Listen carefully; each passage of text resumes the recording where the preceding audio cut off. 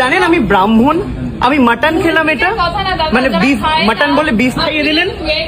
Religion কি আপনার, হিন্দু না মুসলিম? আপনার শুয়োর খাওয়াই জোর করে খেয়ে নেবেন। আস্তে আস্তে ও মানে আমার প্রাইভেট পার্টস গুলো টাচ করা স্টার্ট করেছিল। প্রথম ওটাকে মজা হিসেবে নিচ্ছিলাম, যদিও এটা কখনোই মজা হিসেবে নেওয়া উচিত না। ওই যে আধ ঘন্টাটা আমার মধ্যে যে নির্যাতনটা বা অত্যাচার বা শোষণটা হয়েছিল, সেটা এখনো আমাকে হন্ট করে। মানে একটা বন্ধু হয়ে এরকম কাজ করতে পারে, সেটা মানে আমি সেই দিনই দেখলাম। ললিপপ ঘটনাটি আসলে একটি পুরোটাই তৈরি করা একটি নাটক এবং ষড়যন্ত্রমূলক নাটক। মানে শুধু নাটক নয়, তার একটি বিশেষণ আছে। না খেলেই হলো, তারা তো জিজ্ঞেস করে, তাহলে উনি জিজ্ঞেস করেনি কেন? যদি ব্রাহ্মণের ঘরে ছেলে হয় খুব ভালো কথা, উনি ব্রাহ্মণের ঘরের ছেলে, খুব সুন্দর কথা। বিপ খাওয়া এই শায়কের এইবার অনেক চাঞ্চল্যকর তত্ত্ব ফাঁস করে দিল এই স্যান্ডি সাহা। শায়কের সেই বিপ খাওয়ার ভিডিওটি সোশ্যাল মিডিয়ায় রাতারাতি ভাইরাল হলে এইটা নিয়ে সবাই আলোচনা সমালোচনা করতে থাকে। তবে শেষ পর্যন্ত স্যান্ডি সাহা শায়ককে নিয়ে কি তত্ত্ব তুলে ধরলো সরাসরি সেই ভিডিও আপনাদের মাঝে দেখাবো। তাছাড়াও অলিপপের সেই ঘটনা নিয়ে শায়ক তার ফেসবুক পেজে কি তথ্য প্রকাশ করেছে, কার দোষ আসলে ছিল এইখানে বিপ খাওয়ার মধ্যে, ইচ্ছা করেই কি শায়ককে বিপ খাওয়ানো হয়েছে নাকি ইচ্ছা করে শায়ক খেয়েছে। তো চলুন বাড়তি কথা না বলে আগে আমরা ভিডিওতে চলে যাই। বানাচ্ছি কারণ গতকাল যে ঘটনাটা ঘটেছে সেটা বাস্তবেই নিন্দনীয়। যেই ব্যক্তি কোনোদিন সকালবেলা ঘুম থেকে উঠে চা কফিটুকু খায় না, সর্বপ্রথম গোমূত্র সেবন করেন, সেই ব্যক্তিটা কতটা কট্টর সনাতনী এবং হিন্দু সেটা আলাদা করে সত্যি বলার কোনো জায়গা রাখে না। সেই ব্যক্তিটা গতকাল উপস্থিত হয়েছিল এখানে তার দুজন বন্ধু সমেত। বিশ্বাস করুন, আমি জানি এখানে গো মাতা অর্থাৎ আমার মা সম্মুখে এখানে রাধা হয়, আমি জানি এখানে বিফ বিক্রি হয়, কিন্তু সেটা জানা সত্ত্বেও আমার বন্ধুরা বলেছিল যে আমি বিনা পয়সায় তোমাদেরকে এখানে খাওয়াবো এবং কথা হয়েছিল যে মাটন স্টেক আমরা খাবো, তাই জন্যই আমি এখানে উপস্থিত হয়েছিলাম। কিন্তু কি জানেন তো, একদম শেষে জানতে পারি যে এইখানে যেখানে হয়তো হ্যাঁ টাকার অভাবের কারণে বন্ধুদের বলার লোভে, বিনা পয়সার খাবার লোভে আমি এখানে উপস্থিত হয়েছিলাম ঠিকই, কিন্তু আমি তো মাটন খাবো বলে উপস্থিত হয়েছিলাম বলুন। আমাকে ট্র্যাপ করে গো মাংস সেবন করানো হলো। আমি মানছি, আমি জানি যে এখানে বিফ রান্না হয়, আমি মানছি, আমি জানি যে এইখানে স্বয়ং আমার মাকে রাধা হয়। সেই রাধার জায়গায় আমি এসেছিলাম শুধুমাত্র দুটো খাবার খাবো বলে, বন্ধুরা আমাকে টেনে নিয়ে এসেছিল, কিন্তু তা বলে আমি গো মাংস খাবো?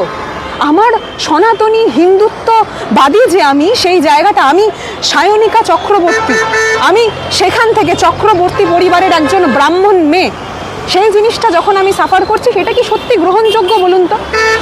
আমি এই জিনিসটা হতে দিতে পারি না, কি ভাবছেন? একদম অলিপপের সামনে দাঁড়িয়ে উপাসনা চৌধুরী নিজেকে ওই সায়নিকা চক্রবর্তী কেন বলছে? কারণ ইতিমধ্যেই আপনারা জানেন যে একটা গোটা দৃশ্য আমরা কিভাবে দেখলাম। অলিপপ এই জায়গাটা অত্যন্ত বিখ্যাত বিফ স্টেক এবং অ্যালকোহলের জন্য। এখানে গতকাল উপস্থিত হয়েছিলেন তিনজন অত্যন্ত জনপ্রিয় ইনফ্লুয়েন্সার। তার পরবর্তীতে আমরা দেখলাম যে ওনারা এই নিয়ে একটা ভিডিও করেছেন যে ওনাকে নাকি ভুলবশত খাইয়ে দেওয়া হয়েছে বিফ অর্থাৎ গো মাতাকে। বিশ্বাস করুন, তার ঠিক কদিন আগের ওই শায়কের প্রোফাইলে গিয়েই আমি ভিডিও দেখছিলাম, সেখানে উনি ওই রিয়াজ কোনো একজন ব্যক্তি, ওনার বন্ধু, ওনার বাড়িতে গিয়ে, যেই রিয়াজ গোমাংস সেবন করেন, তার বাড়িতে গিয়ে কিন্তু খাবার খেয়েছেন, উনি ভিডিও বানিয়েছেন, সব করেছেন। আমি সত্যি জানি না, বা সেই জিনিসটা উনি হয়তো প্রকাশ করেননি, হয়তো উনি যাকে আজকে গোমাতা বলে ফুটেজ খাওয়ার জন্য এই ভিডিওগুলো বানিয়েছিলেন, উনি হয়তো তাকেও আগে পূর্বে সেবন করেছেন। দেখুন, ব্যক্তিগত জায়গা এটা। আপনি গোমাংস খাবেন, আপনি পর্ক খাবেন, আপনি ফিশ খাবেন, নাকি আপনি মাটন খাবেন, সেটা আপনার ব্যক্তিগত জায়গা, সেটা নিয়ে আমাদের সত্যি কিছু বলার নেই। কিন্তু মূলত যখন গতকাল এখানে এই বিষয়টা হয়, তখন আপনি সেই ওয়েটারটাকে শুধুমাত্র এমনভাবে দেখাবেন বলে যে আপনি একজন হিন্দু এবং ওয়েটারটা একজন মুসলমান সম্প্রদায়ের কেউ, এবং উনি নাকি ইচ্ছাকৃতভাবে গোটা বিষয়টা করেছে, এটা আপনি দেখানোর চেষ্টা করেন। শুধুমাত্র তাই নয়, আপনি এই জিনিসটাও বলেছেন যে আমি হিন্দু পরিবার, একজন ব্রাহ্মণ পরিবারের ছেলে। এবং আমার মূলত কথা হচ্ছে, আপনি যখন ব্রাহ্মণ পরিবারের একজন ছেলে, আপনি যখন হিন্দু সনাতনী, তাহলে আপনি কি করে সেই জায়গায় উপস্থিত হন যেই জায়গায় আপনার মাতা অর্থাৎ গোমাতাকে রান্না করা হয়? আমার কথাটা শায়কবাবু এখানে। আর হ্যাঁ, ধর্মীয় উস্কানি বাংলার বুকে দাঁড়িয়ে অন্তত এই নোংরামি করবেন না, কারণ এখানে কিন্তু প্রত্যেকটা ধর্মীয় লোকজন, প্রত্যেকটা ধর্মের লোকজন কিন্তু এই বাংলার মাটিতে থাকে। জয় বাংলা বললে রোহিঙ্গা হয়ে যায়, বা কোনো একজন ব্যক্তি তার ধর্মচারণ করলে সে খারাপ হয়ে যায়, এটা কিন্তু বাস্তবে হতে পারে না। তাই যারা শুধুমাত্র বিজেপির কাছ থেকে একটা বড় অংশ টাকা নিয়ে এইসব নোংরামি করার চেষ্টা করছে, এই ভিডিওটা তাদের জন্য। একদম অলি পাবের একদম সামনে থেকে। আর অনুরোধ করব, যদি আপনি সত্যি বাস্তব হিন্দু সনাতনী হন, এই জিনিসগুলো নোংরামি করবেন না। আর যেখানে গোমাতা, আপনাদের কথা অনুসারে এই গোমাতা যেটা আপনি বলছেন, গোমাতার স্বয়ং রাধনা করছেন, সেই জায়গায় অন্তত উপস্থিত হবেন না। আস্তে আস্তে ও মানে আমার প্রাইভেট পার্টস গুলো টাচ করা স্টার্ট করেছিল। প্রথম ওটাকে মজা হিসেবে নিচ্ছিলাম, যদিও এটা কখনোই মজা হিসেবে নেওয়া উচিত না। ওই যে আধ ঘন্টাটা আমার মধ্যে যে নির্যাতনটা বা অত্যাচার বা শোষণটা হয়েছিল, সেটা এখনো আমাকে হন্ট করে। মানে একটা বন্ধু হয়েও যে এরকম কাজ করতে পারে, সেটা মানে আমি সেই দিনই দেখলাম। ওর একটা বাড়িতে মানে সেক্স টয়ও আছে, ও সেইটা দিয়েও আমাকে এক্সপ্লয়েট করেছিল। এটা কোথাও না কোথাও লোকে বলবে, এখনো বলছে যে আমি ফুটেজের জন্য করছি, কন্টেন্টের জন্য করছি। তো আমার গায়ে মানে একদম কামড়ের দাগ, আমি তারপরে পুরো ব্ল্যাক আউট হয়ে পড়ি। আবার যখন দেখছি যে শুধু আমি ভিকটিম নই, এমনকি শিশু শিল্পীরাও ওর হাতে সেফ নয়, সুরক্ষিত নয়। আমি একা যখনই ছিলাম, আমি কিন্তু ততক্ষণ মুখ খুলিনি। যখন আরো নাম চারিদিকে আসছে, তখন আমি নিজের মুখটা খুলেছিলাম। বিফ ঘটনার পর শায়কের বিরুদ্ধে এবার যৌন হেনস্থার অভিযোগ তুলেছে স্যান্ডি শাহ। স্যান্ডি রয়েছে এই মুহূর্তে আমাদের সঙ্গে। আমাদের প্রথম বক্তব্য তোমরা একটু বলো যে এই ঘটনার সূত্র কি করে? দেখো, এইবার ঘটনাটা হচ্ছে, আমি বেসিক্যালি শায়কের সাথে আমার খুবই ভালো ফ্রেন্ডশিপ ছিল, শুধুমাত্র এখন না, বহু যুগ আগে থেকে, মানে বহু বছর ধরে আমরা খুব ভালো বন্ধু ছিলাম। তো এইবার যেদিন আমি ভিডিও আমাদের একটা কোলাবোরেশনের কথা হয়েছিল, তো মানে ব্লগ করার, তো আমি আমার চ্যানেলে একটা করবো আর ওর পেজ দিয়ে ব্লগ করবো। তখন ওর নতুন ব্লগ করছিল আর কি, 2022 সালটা আমার এখনো মনে আছে। তো আমরা একটা ভাই বোনের কন্টেন্ট শুট করতে গেছিলাম। তো সেখানে সবাই ছিল, ওর টিম মেম্বাররা ছিল, আরো অনেক ইনফ্লুয়েন্সাররা ছিল। তো আমরা সবাই মিলে ওখানে শুট করি। এবার শুটটা কমপ্লিট হয়ে যাওয়ার পরে ও বললো যে চল একটু আমরা পার্টি করি।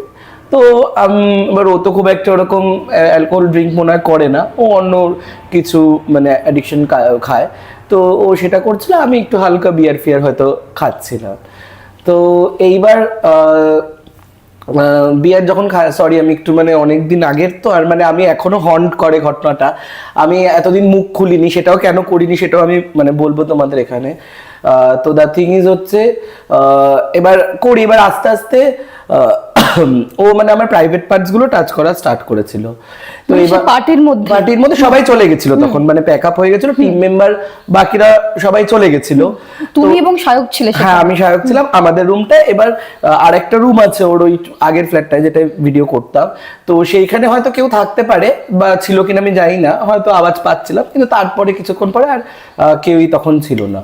তো এইবার তারপরে আস্তে আস্তে দেখি যে ও আমার মজার চক্করে, যেমন আমার বন্ধুরা করি আর কি, যে প্রাইভেট পার্ট গুলো টাচ করা স্টার্ট করছে। এবার আমি প্রথম ওটাকে মজা হিসেবে নিচ্ছিলাম, যদিও এটা কখনোই মজা হিসেবে নেওয়া উচিত না।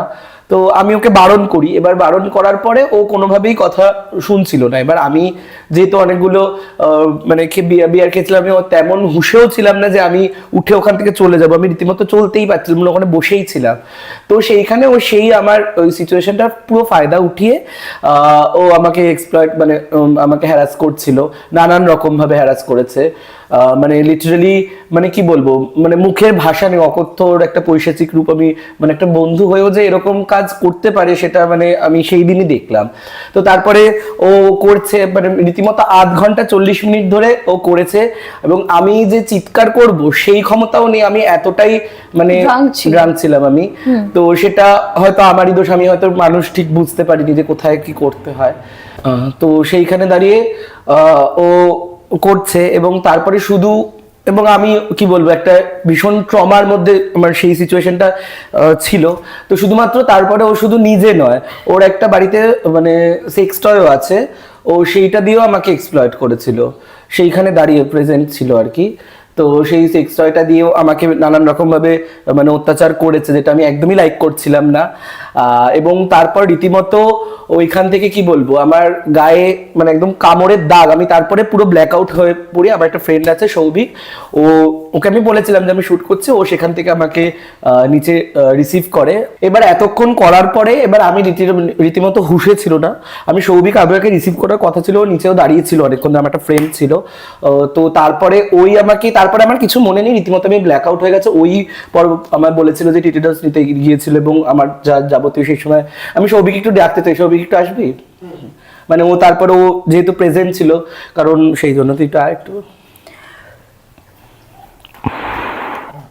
এবং যিনি ওই মুহূর্ত থেকে উদ্ধার করেছেন তিনি রয়েছেন এই মুহূর্তে সৌভিক রয়েছে। সৌভিক, কি হয়েছিল সেই মুহূর্তে একটু বলো। ওরা ভিডিও শুট করতে গেছিল আর আমি সাউথের সাইডে ছিলাম, আমি আর একটা আমার বান্ধবী ওইখানেই ছিলাম। ও বললো আমাদের ওই 4টের মধ্যে প্যাক আপ হয়ে যাবে, তখন ও বললো আমাদের তখনও 3টে বাজে, তখন বললো আমার অলমোস্ট প্যাক আপ হয়ে গেছে। তখন ওরা পার্টি করবে কিনা আমি চাঁদ বললো আমাদের অলমোস্ট প্যাক আপ হয়ে গেছে, তুই চলে আয়। এবার আমি রাত 3টে তখন? না না, দিনের বিকেল। এটা দুপুর বেলার ঘটনা, সন্ধ্যাবেলা হয়েছিল। আচ্ছা, দুপুর 3টে। তখন বললো আমাদের অলমোস্ট প্যাক আপ হয়ে গেছে, তুই আর আধ ঘন্টা 40 মিনিটস পরে আয়। তখন আমি তাও আধ ঘন্টা 40 মিনিটস না, আমি ধরো গেছি ধরো ওই 4:15 4:30 নাগাদ গেছি। তো আমাদের 1 ঘন্টা, মানে আমরা সাউথের সাইডে ছিলাম, আমরা নর্মাল একটু শপিং টপিং গেছি। তখন বলে একসঙ্গে আমরা চলে যাবো এইখান থেকে, তো আমরা সবাই মিলে শেয়ার করে ক্যাবে করে, তো ওরকম আমরা গেছি। তখন আমি মিনিমাম ধরো নিচে দাঁড়িয়ে আছি ওর লোকেশনে 40 মিনিট, 8-9 বার কলও করেছি। আমার একটা বান্ধবী ছিল, তো আমরা ওকে কল করেছি, কল তুলছে না। এবার ও যখন এসেছে তো তখন একটা মানুষের হয় না যে মানুষের গায়ে যে একটা শার্ট পরেছিল, শার্টের কয়েকটা বোতাম ছেঁড়া। তখন আমি বললাম কি বোতাম ছেঁড়া? বোতাম ছেঁড়া মানে বোতাম নেই, মানে একটা নর্মাল শার্টের যে বোতাম টানাটানি করে যেটা হয় শার্ট, সেটা। আর আমি নর্মাল একটা বলছি যে লাভ বাইট হলে যে একটা দাগ থাকে সেইটা না, বাইটের দাগ, মানে কামড়ানোর দাগ, ঘাড়ে, এই সাইডে, হাতের কাছে, এখানে, মানে 3-4টা। তোমার কোনো অনুভূতি ছিল না সেই মুহূর্তে? না, আমি অতটা মানে একদম বুঝতে পারছিলাম না যে কি ছিলাম না ছিলাম চারিদিকে, আমি মানে ফিলও করতে পারি, আমি এতটাই ড্রাম ছিলাম। পরে ওরা সব দেখেছি, পরে তো মার্কস। এবং তোমাদেরকে গেট খুলে কে ভেতরে নিয়ে আসলো? গেট খুলে না, আমরা গেটের বাইরে আছি, ওই আমি নিচে নেমেছিলাম নিজে থেকে, মানে কখনো ড্রিঙ্ক করলে দেখবে পরে কি থাকে মনে থাকে না, ওর হয়তো সেরকম হয়েছিল। একটা ঘটনা ঘটছে রুমের মধ্যে এবং তখন তুমি একেবারে আউট, তুমি একেবারে অজ্ঞান মধ্যে ছিল না। হ্যাঁ, তো তারপর গেট খুলে বাড়ি থেকে বেরিয়েছে আউট হয়ে, ওর মতো করে বেরিয়েছে। ও কিভাবে বেরিয়েছে ও নিজেও জানে না, ও বেরিয়েছে আউট হয়ে বেরিয়েছে। এবার ওকে কেউ লিফটে নিচে ড্রপ করেছে না ও নিচে নেমেছে সেইটুকু আমি জানি না। আচ্ছা, ও যখন বেরিয়েছে ও হাঁপাচ্ছে দেখছি, আর ওর গায়ের মধ্যে দাগ। তখন একটা নর্মাল যে লাভ বাইট আমরা যে নর্মাল দেখেছি, লাভ বাইট তো অনেকের গায়ে থাকে, সেটা আলাদা জিনিস, মানে জোর করে একটা কামড়ানোর দাগ সেটা আলাদা জিনিস। তো সেটা দেখে আমরা তখন আমি আর ওই বান্ধবী মিলে ওকে বললাম এটা যে কেউ কামড়ালে একটা হয় না যে ওটাই টিটেনাস নিতে হয়। তো টিটেনাসের তো ওর ব্যথাও ছিল 2-3 দিন। ওর তারপরে যখন ওর নেশা ভাঙে তখন আমি ওকে বললাম যে ওর দাগ কিসে, তখন আমি ওকে বললাম যে এই ব্যাপার। তারপরে হালকা হালকা ঘটনা তো আছেই, মনে যে করছিল সেই ব্যাপারটা, কিন্তু ওই হসপিটালে মানে লোকাল যে মেডিসিন ইয়েতে ওই ব্যাপারটা আমার কিছু মানে ওটাই পুরোটাই বলেছিলাম যে তুই লাইভ করে বল। তখন ও নিজে বলে যে দেখো আমার মনে হয়েছিল যে কেউ বিশ্বাস করবে না কথাটা, এবং এটা কোথাও না কোথাও লোকে বলবে, এখনো বলছে যে আমি ফুটেজের জন্য করছি, কন্টেন্টের জন্য করছি, যেরকম শাহরুখ কন্টেন্টের জন্য করেছে সেটা তো প্রমাণ হলো ভিউজের জন্য। কিন্তু আমার মনে হয়নি যে ভিউজের জন্য আমি এইরকম সেন্সিটিভ ইস্যু যেটা আমি করবো, যেটা আমার মনে হয়েছে ভুল হয়েছে, আমার করা উচিত নেই। কিন্তু পরে ওর হুঁশ ফিরে আমাকে অনেকবার সরিও চেয়েছে, ক্ষমাও চেয়েছে যে আমার উচিত হয়নি। তো আমি 1 সপ্তাহ 10 দিন মতো ওর সাথে কথাও বলিনি। তো তারপরে অনেকভাবে ও মানে দেখা করে সরি করেছে। তো আস্তে আস্তে কথা বলতে বলতে আমার ঘটনাটা মানে ভুলে যাই বা ঠিক হতে চলছিল সম্পর্কটা। তারপরে আবার আমরা মানে ফ্রেন্ডের মতো হয়ে গেছিলাম। বাট যেটা আমার মনে হয়েছিল, আমি ভেবেছিলাম হয়তো শুধু আমার সাথে করেছে, তাই জন্য হয়তো আমি ক্ষমা করে দিয়েছিলাম। কিন্তু এখন যখন দেখছি যে শুধু আমি ভিকটিম নই, এমনকি শিল্পীরাও ওর হাতে সেফ নয়, সুরক্ষিত নয়, সেইখানেও ওরা মানে চারিদিকে ভিকটিম আছে, তখন মনে হলো যে না, এটা আমি হয়তো সহ্য করে নিয়েছিলাম। ও তো যদি এখন আমরা না বলি, ফিউচারে তো আরো কেউ ওর ভিকটিম হতে পারে না। সেই কামড়ের ব্যথা কতদিন ছিল? দেখো আমার তো সেই সময় মানে মনে নেই, বাট আমি 1 সপ্তাহ ধরে মানে বাড়িতে ছিল। আমরা নরমাল এদিক ওদিক যাওয়ারও ছিল। তখন মানে টিটেনাসের ব্যথা তো জানোই কতদিন থাকে, তার সাথে কামড়ের দাগটা ওকে মিরারমা লাগে, মানে মিরারমা না লেজারও আমাকে নিতে হয়েছিল, কারণ এখানটায় পুরো দাগ ছিল, এখন নেই। তো টিটেনাসের ব্যথাটা তো 3-4 দিন আমার ছিলই, মানে পুরো হাতটা যতদিন থাকে আর কি। টিটেনাসের এমনি হ্যাঁ, আর খুবই বাজে রকম ভাবে মানে পৈশাচিক নরকীয় একটা মানে ভাবে ঘটনাটা ঘটিয়েছিল।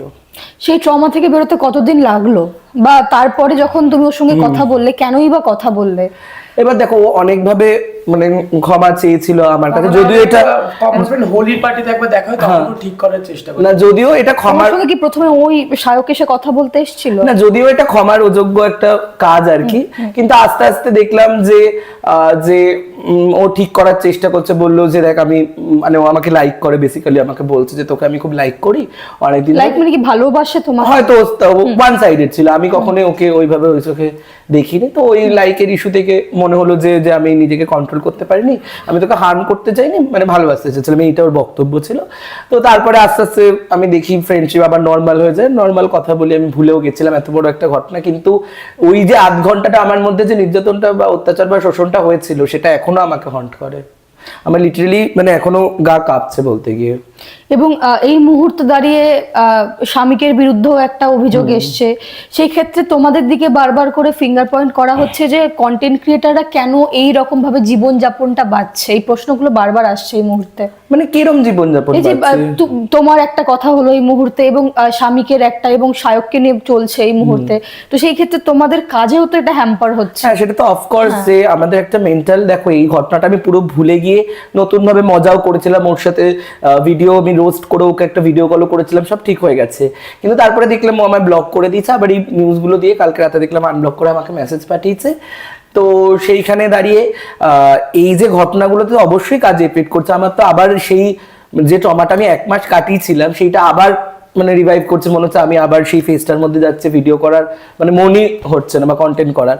বাট শ্রমিকের যে কেসটা হয়েছে আমি জানি না তার সত্যতা এখনো কতটা কি আছে, বাট ও যদি সত্যি এরকম কাজ করে থাকে তাহলে সেটা অবশ্যই নিন্দনীয়। যদি কোনো মেয়ে, কারণ আমি তো দেখো অনেকেই এটা একটা হাসির খোরাক এন্টারটেনমেন্ট হিসেবে নিচ্ছে, কিন্তু যার হয়, যার ক্ষেত্রেই অত্যাচারটা হয় বা যার সাথে হয়, শুধুমাত্র সেই কিন্তু বুঝতে পারে যে এটার পেইনটা বা ব্যথাটা মানে কতটা, বা এর যে কষ্টটা যে কি, সেই একমাত্রই ফিল করতে পারে। বাকিরা কমেন্টে দেখে, ভিডিও দেখে হাসে, এন্টারটেইন হয়, সেটা না। আর অনেকে অনেক কথাই বলছে যে আমি নাকি ফুটেজ খাওয়ার জন্য বলছি। প্রথমত হচ্ছে আমার এই একটাই মানে কি বলবো মোটিভ এই বিষয়টা এখন ওপেন আপ করার, সেটা হচ্ছে ন্যায়ের জন্য, ন্যায় বিচারের জন্য। আমি আমার জন্য কথা বলতে চাই যে আজকে আমার সাথে ঘটনাটা হয়েছে, ফিউচারে যেন আর কারোর সাথে না হয়। আমি একা যখনই ছিলাম আমি কিন্তু ততক্ষণ মুখ খুলিনি, যখন আরো নাম চারিদিকে আসছে তখন আমি নিজের মুখটা খুলেছিলাম। তোমার বন্ধুর সার্কেল থেকে বেরিয়ে তুমি আর কারোর সঙ্গে বিষয়টা নিয়ে আলোচনা করো না? হ্যাঁ, আমার ক্লোজ ফ্রেন্ড ওরা তো ছিলই, তারপরে এবং ইন্ডাস্ট্রিরও অনেককে আমি বলেছিলাম যে এই ঘটনা দেখো। হ্যাঁ, এবার আমি তখন বলেছিলাম ইন্ডাস্ট্রি অনেকেই, কিন্তু কাউকে আমি পাশে পাইনি সেই সময়। যারা যারা আমার পাশে ছিল সবাই মানে আমার সাপোর্ট কেউ করেনি বা আমার পাশে এসে দাঁড়ায়নি।